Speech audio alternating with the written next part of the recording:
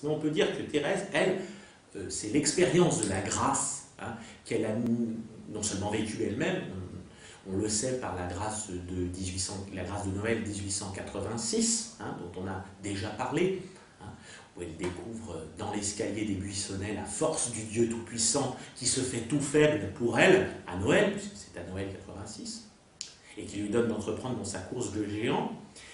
Thérèse donc, fait donc l'expérience vraiment d'un avant et d'un après. C'est en général l'expérience que font les convertis, c'est-à-dire ceux qui tout d'un coup s'ouvrent à la lumière divine, à la lumière de la révélation de Dieu, Dieu qui se révèle à eux et qui leur donne de comprendre que voilà, il existe et qu'il les aime et qu'en même temps il veut les accompagner. S'ils s'abandonnent à lui pleinement, eh bien il veut les accompagner jusqu'à son paradis, quoi. Bon, alors évidemment ça fait tout drôle. Hein. Il y a un avant et un après. Hein. Il y a un autre monde et je ne le savais pas.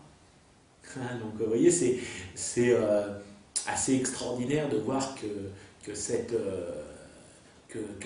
grâce est vraiment à l'origine, est fondamentale, si vous voulez, pour comprendre la révélation chrétienne. Et Thérèse, donc on va en parler là, se fait vraiment le docteur de la grâce, on pourrait dire. Hein.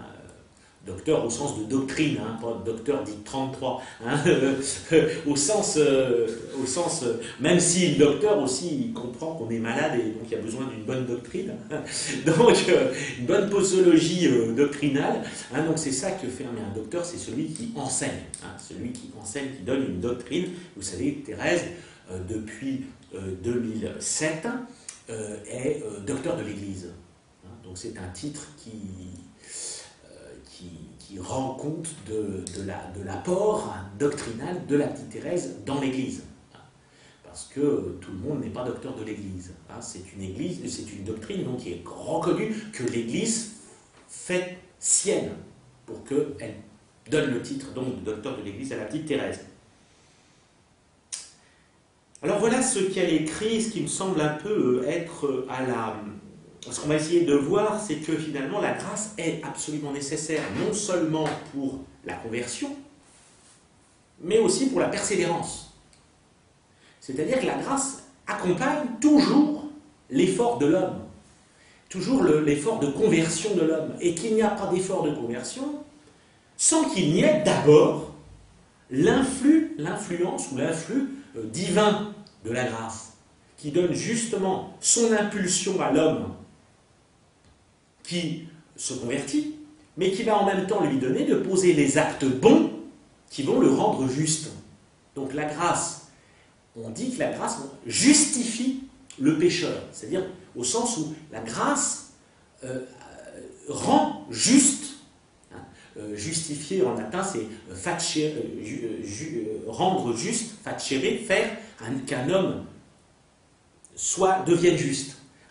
Or, tout homme devient juste, c'est-à-dire ajusté à la volonté de Dieu, à partir du moment où il accueille la grâce, et à partir du moment où il laisse la grâce faire son œuvre en lui, et qui ne fait aucun obstacle, qui ne résiste en rien à sa grâce, comme dit la petite Thérèse, qui, de par sa bonne volonté, qui jamais ne lui fit défaut, dit-elle, ne résiste en rien à sa grâce. Et c'est ça que le Seigneur nous demande, qui est simple, parce que ça ne vient pas de nous, en premier. Et c'est pas parce qu'il ne faut pas avoir de bons points, enfin je veux dire, sans mérite, sans aucun mérite. Mais en même temps, le seul mérite, c'est le mérite de la foi, c'est-à-dire le mérite qui est le mérite de faire confiance à celui qui nous sauve, et de se laisser faire, encore une fois, et de ne pas résister justement aux inspirations divines, aux inspirations de la grâce, de l'Esprit Saint. Quand je dis la grâce, c'est l'Esprit Saint en nous. C'est l'Esprit Saint, donc cette force d'en haut, que Thérèse a expérimentée, donc surtout le jour de Noël, la nuit de Noël 1886, cette force venue d'en haut, c'est comme ça que Jésus l'appelle lui-même, l'Esprit Saint. Je vous enverrai une force venue d'en haut. Cette force, c'est l'Esprit Saint, qui justement va pouvoir venir au secours de notre faiblesse, de notre misère, de notre péché, de notre néant, voilà, pour parler comme notre petit néant, même comme pour parler de la petite Thérèse, hein, pour justement transformer ce petit néant, transformer en feu, dit Thérèse, ce petit néant. Extraordinaire. Cela veut dire que, voilà, ce qu'il nous faut, c'est toujours être conscient qu'on est débiteur de Dieu, débiteur de sa grâce, de sa force, et toujours comprendre qu'on ne doit pas s'appuyer orgueilleusement sur soi-même. Parce que si on s'appuie orgueilleusement sur soi, alors à ce moment-là, on est près de tomber dans l'abîme de l'illusion d'être saint, ou dans l'illusion d'être parfait, dans l'illusion d'être... Et surtout, on ne va plus être dans l'humilité nécessaire pour considérer qu'on n'est pas au-dessus des autres. Mais qu'on est toujours bénéficiaire d'une grâce qui n'est pas un dû, qui n'est pas un droit, mais qui est absolument gratuit, qui est un don, et non pas un dû, et non pas un droit. Et donc on va être toujours dans cet état de petitesse qui caractérise pour Thérèse la vie de l'homme gracié, la vie de l'homme en état de grâce, qui doit toujours être conscient qu'il est débiteur de l'amour de Dieu, qui lui est octroyé, qui lui est donné gracieusement à cause de l'amour de Dieu lui-même, mais pas à cause de lui. Ça, c'est très très important de comprendre ça. C'est une doctrine, mais fondamentale. Et je pense que aussi beaucoup des dérives de certains courants spirituels ou théologiques dans l'Église, des courants donc hérétiques, ne l'auraient pas été si on était toujours fidèle à cette doctrine-là. Et Thérèse nous recentre sur cette doctrine qui est extrêmement importante pour le magistère de l'Église, puisqu'elle l'a conciliée dans un décret du Concile de Trente, décret sur la justification de l'impie, ou de justification du pécheur, justification du pécheur, qui sont des sessions du Concile de Trente, qui sont absolument magnifiques, qu'on appelle les sessions sur la justification par la foi. C'est très important parce qu'un théologien éminent, Louis Bouillet, a dit de la petite Thérèse qu'elle était, que la petite voix d'enfant spirituelle, c'était en fait ni plus ni moins que la doctrine de l'Église sur la justification par la foi, agissant par la charité. Très important. C'est-à-dire que le magistère vraiment rappelle dans des accents très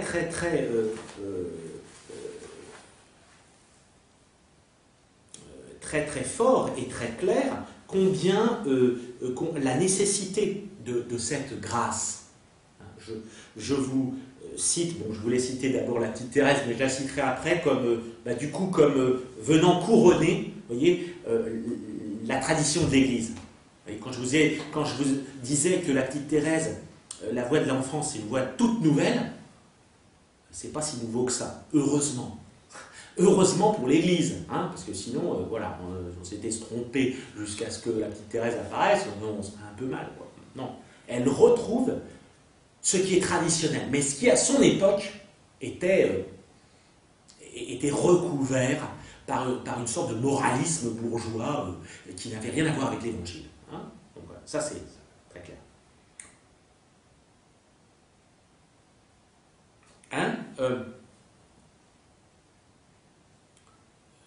Voilà ce que dit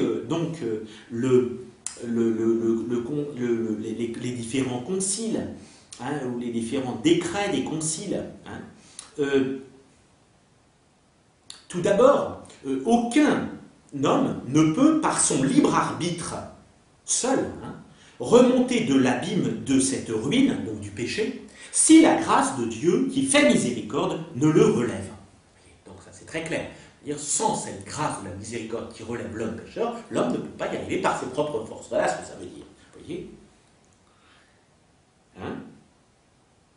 le deuxième concile d'Orange qui déclare que même notre volonté de purification est un effet de l'opération et de l'infusion du Saint-Esprit en nous, vous voyez. Même, je veux dire, notre volonté de purification, notre volonté d'adhésion, notre volonté de conversion est aussi accompagnée, vous voyez, de la force de l'Esprit Saint. On va voir ce qui est à l'homme alors du coup, hein, mais voyez ce qui est à Dieu. Hein, Dieu c'est le premier moteur, c'est la puissance, c'est un peu comme un avion qui décolle, vous voyez, c'est tout, poum, dès le départ, c'est le paquet, quoi, le Seigneur met le paquet, quoi, vous voyez, hein, donc. Et, vous voyez, personne par les seules forces de la nature ne peut concevoir ou accepter comme il convient une bonne pensée, même une bonne pensée utile au salut. C'est dire à la fois la ruine de l'homme, sans Dieu, et la chance de l'homme pécheur, donc s'il accepte la grâce de Dieu. Vous comprenez, mais c'est l'enjeu. Vous voyez, on est dans un abîme, enfin entre deux abîmes. Soit l'abîme du péché, de la misère de l'homme, qui veut s'en sortir tout seul et qui s'en sortira pas tout seul, malheureusement, qui se perd. Et puis l'abîme de la miséricorde de Dieu, l'abîme de sa grâce. D'une miséricorde qui, si vous voulez, qui nous assiège. Vous voyez, c'est souvent les grands romanciers du XXe siècle, en particulier Bernanos notamment, hein, dans Sous le soleil de Satan, ou Journal d'un curé de campagne, enfin tous les romans de Bernanos nous montrent le pécheur qui s'enferme, ou les bouquins de Mauriac aussi, le nœud de vipère notamment de Mauriac, très très intéressant, le pécheur qui est enfermé dans son péché, mais qui est en même temps assiégé par la miséricorde de Dieu, qui attend qu'un mouvement de sa part pour pouvoir s'engouffrer dans la faille qu'il lui laissera. C'est extraordinaire. Mais en même temps, donc, à la fois l'enfer de l'homme, mais en même temps le paradis qui est à la porte de son cœur. Vous voyez, ça c'est très important. Et on a ça dans l'Apocalypse. Hein. Je suis à la porte et je frappe. Celui qui m'ouvre, j'entrerai et je souperai avec lui.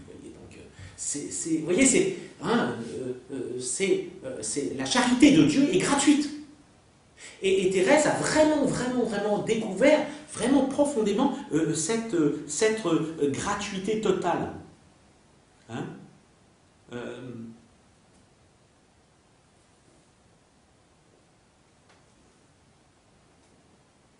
personne, alors là, voilà, ça c'est, je dirais que ça c'est magnifique, c'est très concis, mais ça dit ce que je voulais dire. Voilà.